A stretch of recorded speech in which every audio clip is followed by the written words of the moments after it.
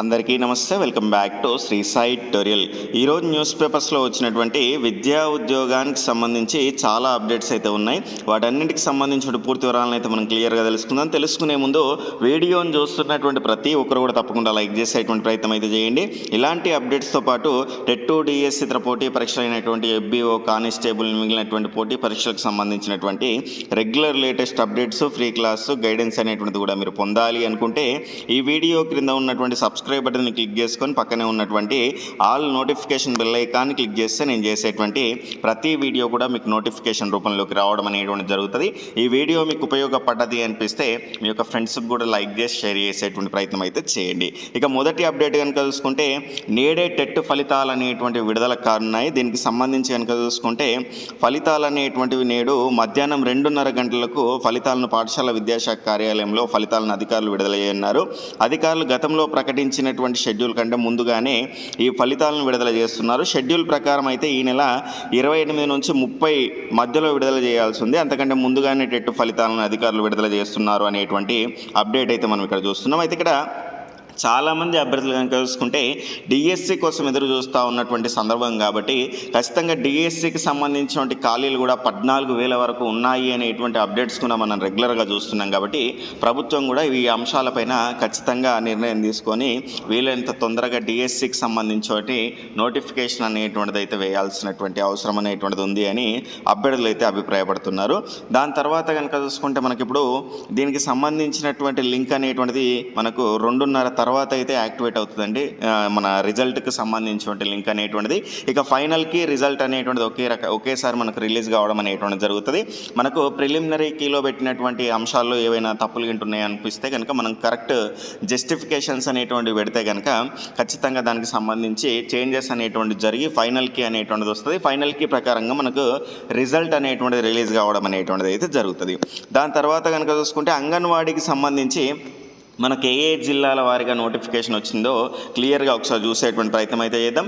రెగ్యులర్గా మీరు official website అనేటువంటి చూస్తూ ఉండండి. ఇంకా మన గ్రూప్స్లో జాయిన్ అవ్వని వాళ్ళు ఎవరైనా ఉంటే ఈ వీడియో యొక్క టైటిల్ మీద క్లిక్ చేసారనుకోండి, దానిపైన మీకు బ్లూ కలర్లో లింక్స్ అనేటువంటివి వస్తే దానిపైన క్లిక్ చేసుకొని డైరెక్ట్గా మీరు జాయిన్ చేసి ఈ రకమైనటువంటి రెగ్యులర్ అప్డేట్స్, ఫ్రీ క్లాస్ అనేటువంటివి పొందడానికి కూడా మనకు అవకాశం అనేటువంటిది క్లియర్గా ఉన్నది. ప్రజెంట్ ఇప్పుడు ఏ జిల్లాల్లో అంగన్వాడీ ఉద్యోగాలకు నోటిఫికేషన్ వచ్చిందో చూసేటువంటి ప్రయత్నం అయితే చేద్దాం.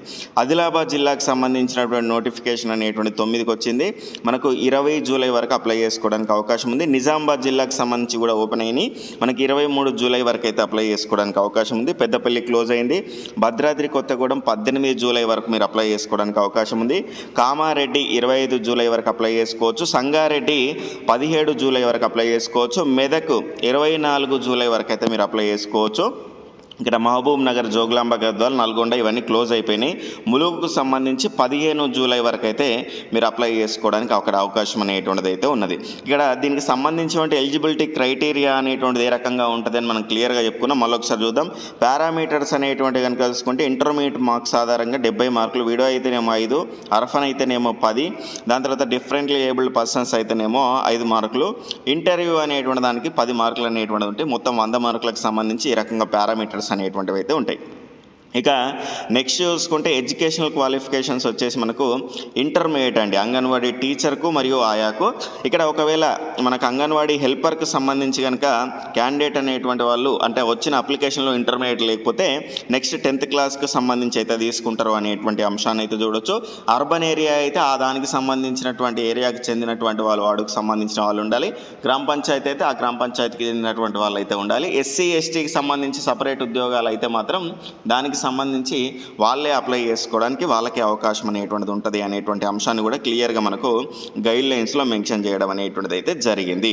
ఇక నెక్స్ట్ అధ్యాపక పోస్టులకు దరఖాస్తుల ఆహ్వానం. హనుమకొండ లష్కర్ బజార్లోని ప్రభుత్వ జిల్లా విద్యాశిక్షణ సంస్థల్లో ఖాళీగా ఉన్నటువంటి అధ్యాపకుల పోస్టులకు సంబంధించి దరఖాస్తులను ఆహ్వానిస్తున్నట్లు ఇన్ఛార్జి ప్రిన్సిపల్ రంగయ్య నాయుడు ఆదివారం ఒక ప్రకటనలో తెలిపారు.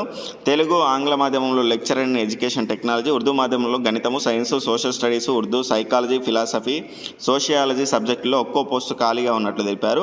ఉమ్మడి వరంగల్ జిల్లాలోని ప్రభుత్వ పాఠశాలలో పనిచేస్తున్న ఇన్ సర్వీస్ స్కూల్ అసిస్టెంట్లు, గెజిటెడ్ ప్రధానోపాధ్యాయులు అర్హులని పేర్కొన్నారు. సంబంధిత వెబ్సైట్లో ఈ నెల 14 వరకు దరఖాస్తు చేసుకోవాలని పూర్తి వివరాలకు ఇక్కడ నంబర్ కూడా ఇవ్వడం అయితే జరిగింది. ఆ నంబర్ నెంబర్కి కాల్ చేసి మీరు దానికి పూర్తి సమాచారం తెలుసుకోవడానికి అవకాశం అనేటువంటిది అయితే ఉంది. ఇక డిఎస్సికి సంబంధించిన అప్డేట్ అనేటువంటిది ఎప్పుడు రావడానికి అవకాశం ఉన్నది అంటే, ఇక డిఎస్సికి సంబంధించి ప్రజెంట్ అయితే రేషనలైజేషన్ అనేటువంటి ప్రక్రియ అనేటువంటిది అయితే జరుగుతూ ఉన్నది. ఆ రేషనలైజేషన్ ప్రక్రియ జరిగిన తర్వాతనే దానికి సంబంధించి క్లారిటీ రావడానికి అవకాశం అయితే ఉన్నది. ఉద్యోగ ఖాళీలకు సంబంధించి మనకి ఎన్నింటికి నోటిఫికేషన్ రావడానికి అవకాశం ఉంది అనేటువంటి అంశాలపైన క్లారిటీ అనేటువంటిది వస్తుంది. దాని తర్వాత ఫారెస్ట్ బీట్ ఆఫీసర్కి సంబంధించి కూడా మనకి ఈ నెలలోనే నోటిఫికేషన్ రావడానికి అవకాశం ఉంది. సీరియస్గా ప్రిపేర్ అవుతూ ఉండండి. దాని తర్వాత కానిస్టేబుల్కి సంబంధించి అప్రూవల్ వచ్చింది, కంప్లీట్గా మీకు ఆమోదం తెలపడం కూడా జరిగింది, అందరికీ తెలిసినటువంటి అంశమే. కాబట్టి ఈ 7,000 ఉద్యోగాలకు సంబంధించి ఎప్పుడైనా నోటిఫికేషన్ వెలువడడానికి అవకాశం ఉన్నది. కాబట్టి ఖచ్చితంగా మీరు రెగ్యులర్గా ప్రిపరేషన్ని కంటిన్యూ చేసేటువంటి ప్రయత్నం అనేటువంటిది అయితే చేయండి. ఈ రకంగా ఈరోజు న్యూస్ పేపర్స్లో ఉన్నటువంటి అప్డేట్స్ అయితే ఉన్నాయి.